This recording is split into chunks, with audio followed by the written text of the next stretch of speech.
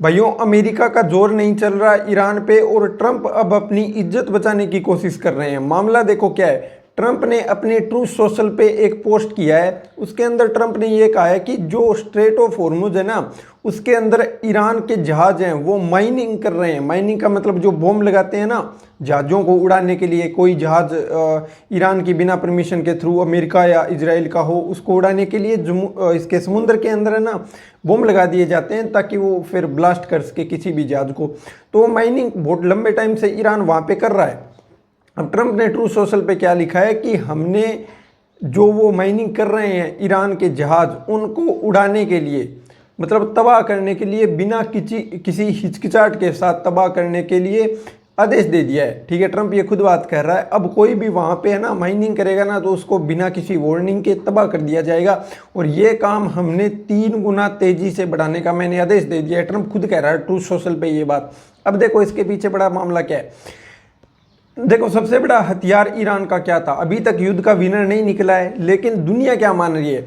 जो अमेरिका का मीडिया है वो इस बात का नैरेटिव सेट करने में फेल रह गया कि अमेरिका इस युद्ध में जीत गया, क्योंकि कहीं भी बढ़त हासिल नहीं दिख रही है किसकी, अमेरिका की।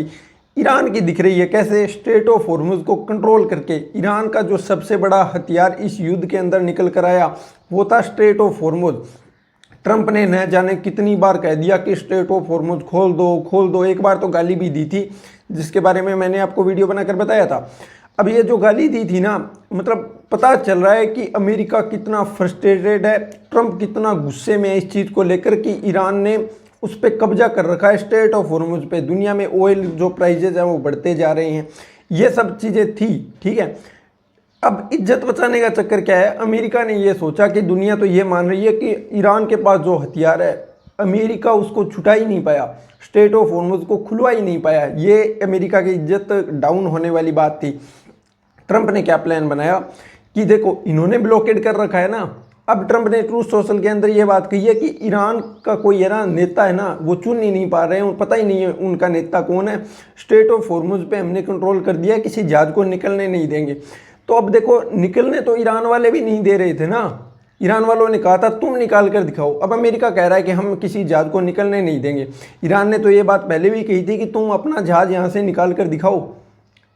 अब ट्रंप ने ये बात सोच ली कि नहीं, इसको बचाना, अगर इज्जत बचानी है ना तो मैं यहाँ पे ब्लॉकेड लगा देता हूँ, जो नाकाबंदी वहाँ पे लगा के छोड़ रखी है वो लगा देता हूँ। मैं कहूँगा मीडिया के सामने कि देखो अमेरिका किसी का जहाज निकलने नहीं दे रहा, लेकिन सच तो ये है कि ये इज्जत बचाने का चक्कर है, निकलने तो ईरान नहीं दे रहा।